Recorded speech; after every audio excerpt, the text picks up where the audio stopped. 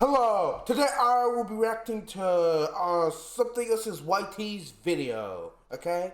Let's go! Yeah. Why other me? Just wondering.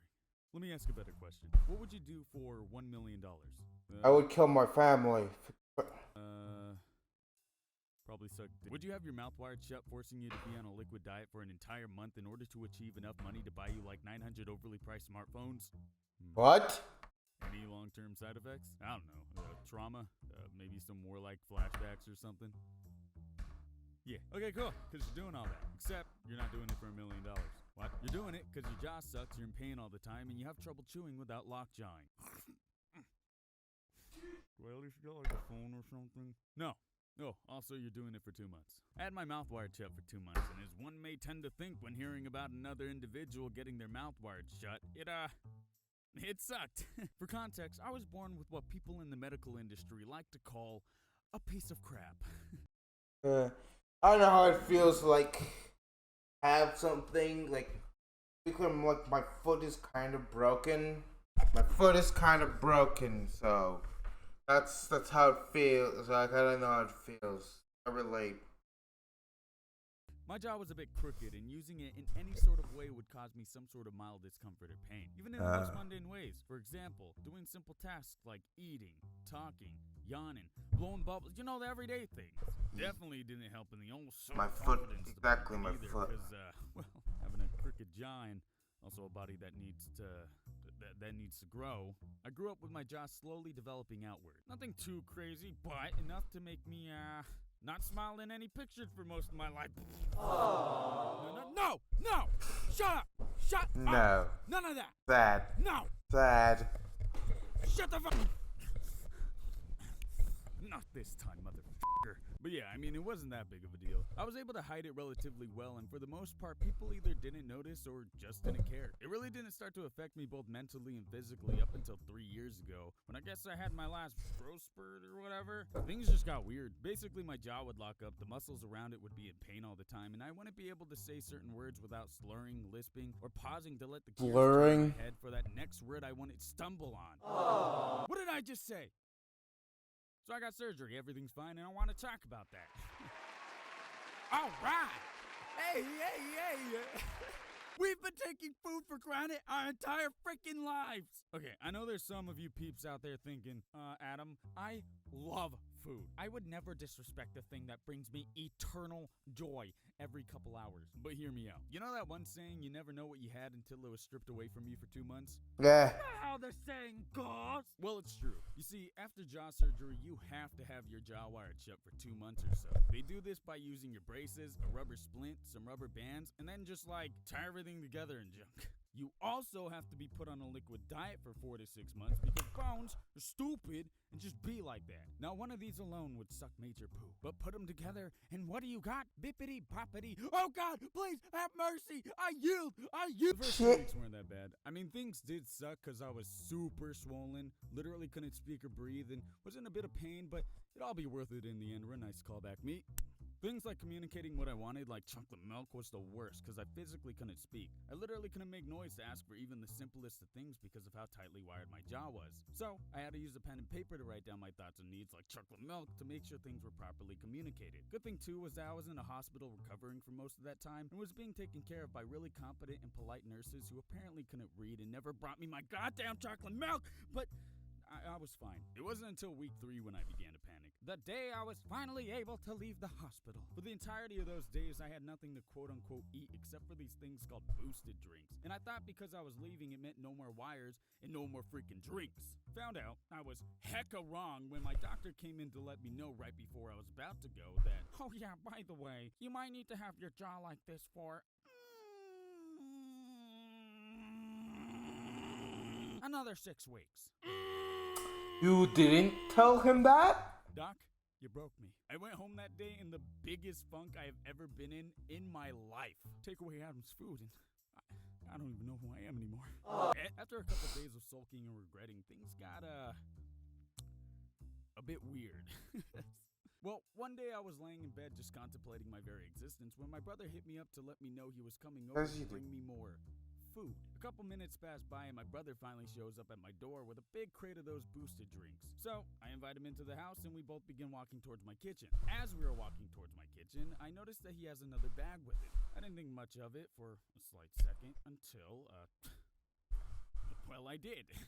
My mind immediately started racing and got curious as what's in the bag. I thought it could literally be anything. Anything my heart, soul desires. Video games, chalky milk, toothpaste that I needed because I ran out, another bag? What the frick was in that goddamn piece of earth-destroying plastic? I had to know. It was driving me mad, all within the 2 seconds of seeing it. So, with the power of detectivism, I developed a question designed specifically to keep the questionee in a mindset that would lead me directly... Wait, what isn't... No, unironically, what isn't the bag?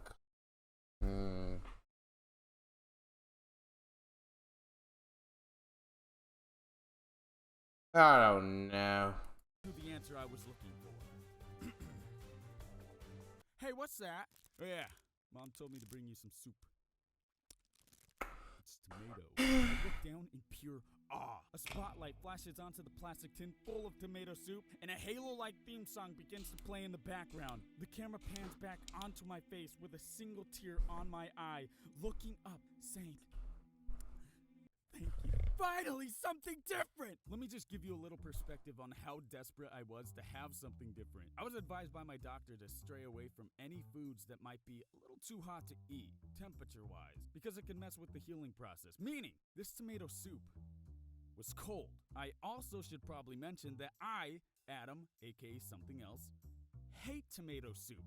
Tomato soup is gross. And even with these major deterrents, I didn't care. I was ready to strip down butt-ass naked and just go ham on that tub of ice-cold tomato soup. In a blink of an eye, I snatched the tub out of my brother's hand, threw it in front of me, and opened it right up. At this point, my mouth is sopping wet, drooling from the mere sight of food that wasn't just one of those stupid drinks I was stuck with. I grab my spoon, dig in, and I swear to God, I have never had something so goddamn good in my entire life. It was literally just tomato soup from a box, cold as hell, but it tasted as if Gordon Ramsay himself served it up with a bedtime story and a loving kiss. I was in heaven, but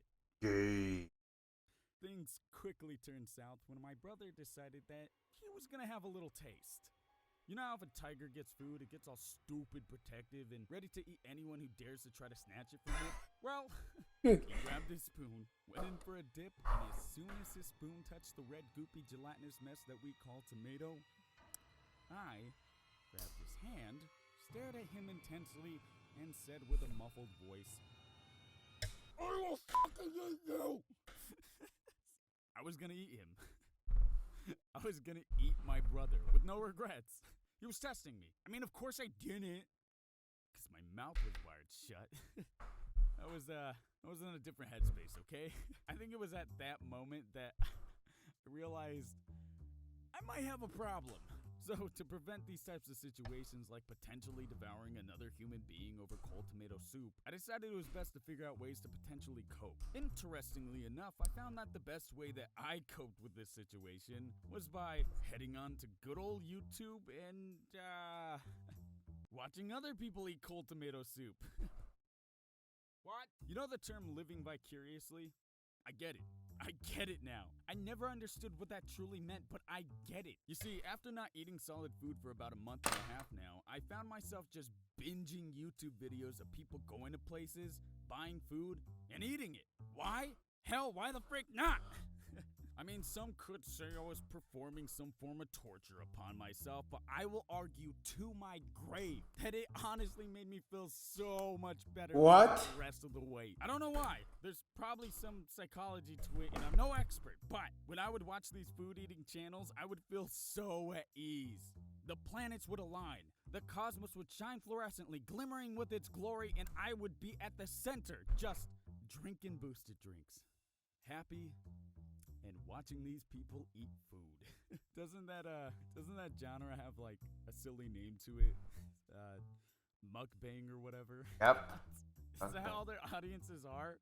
Starving people? Oh god. What lazy content. Anyways, I don't really know how to end this video. It was honestly just a lot of complaining, but I think that's kind of funny. Although I went through a bit of hell after getting my jaw surgery done, I want to reassure people who are going through the same thing as me that it's 100% worth it in the end run. 2 for 2. Nice one, mate. I've never been more happy being able to smile and not be in pain all the time. I ended up getting the wires finally taken off, and now I'm on, I think at the time of writing this, month 5, question mark. And I slowly over time upgraded from liquids to mashed potatoes to pasta, and now solid food. So here's a video of me eating my favorite thing in the world for the first time in months. Enjoy. White rice, black beans, steak, pico de gallo, hot sauce, lettuce, tomato, cheese, and guacamole, all wrapped into overly sized tortilla that should be called from this day on as Godson. I don't think that I can handle this right now. Nay, handle this right now, but I love it, and I'm gonna eat the shit out of this. Okay, here it goes.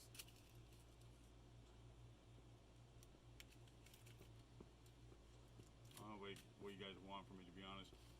Not really gonna be like an overly dramatic reaction. There are 2 dogs killing themselves. Stop it! This is mukbang. I'm mukbanging. I'm like really excited right now. Mukbang, yeah. Oh, please don't, God, Adam. Video. Basically, after jaw surgery, I had to take this stuff called it was like Tylenol with codeine or something like that. After I took the codeine, I promised myself that I wouldn't tweet out anything because I didn't want to tweet out anything stupid and look like a fool. Before I was on the codeine, and before I promised myself not to tweet out anything stupid, I had tweeted out already that I had gotten jaw surgery, and around the same time, there was this meme going around where a grape had gotten surgery. So everybody was connecting the two, saying that I was the grape and saying that, oh, Adam, look it, you're the grape, you had surgery. And it was pretty funny. In my codeine state mind, I was just looking at these tweets, getting pissed off because I was like, I'm not a freaking grape. Who the frick are these people calling me a grape? I took my phone and I was like, these motherfuckers are gonna get it now. And I ended up tweeting, oh, you have my phone. But I tweeted out something along the lines of like, I promised myself that I wouldn't tweet while on medication being spelled horribly wrong. But I have to say this, I am not a grape. And You're sweet. There was a couple misspellings, I think, in an apostrophe somewhere that shouldn't have been. It was like clear that I was out of it. And I don't know, I just thought that was funny. I got pissed off because people were calling me a grape. And clearly, I am a human boy. I'm going to VidCon. Gross. Feature creator, just whatever. Come say hi. I'm more than welcome. Or more than wanted. Anyways, don't forget to like that smash button. And same thing, subscribe or whatever if you like it. recording you eating a burrito.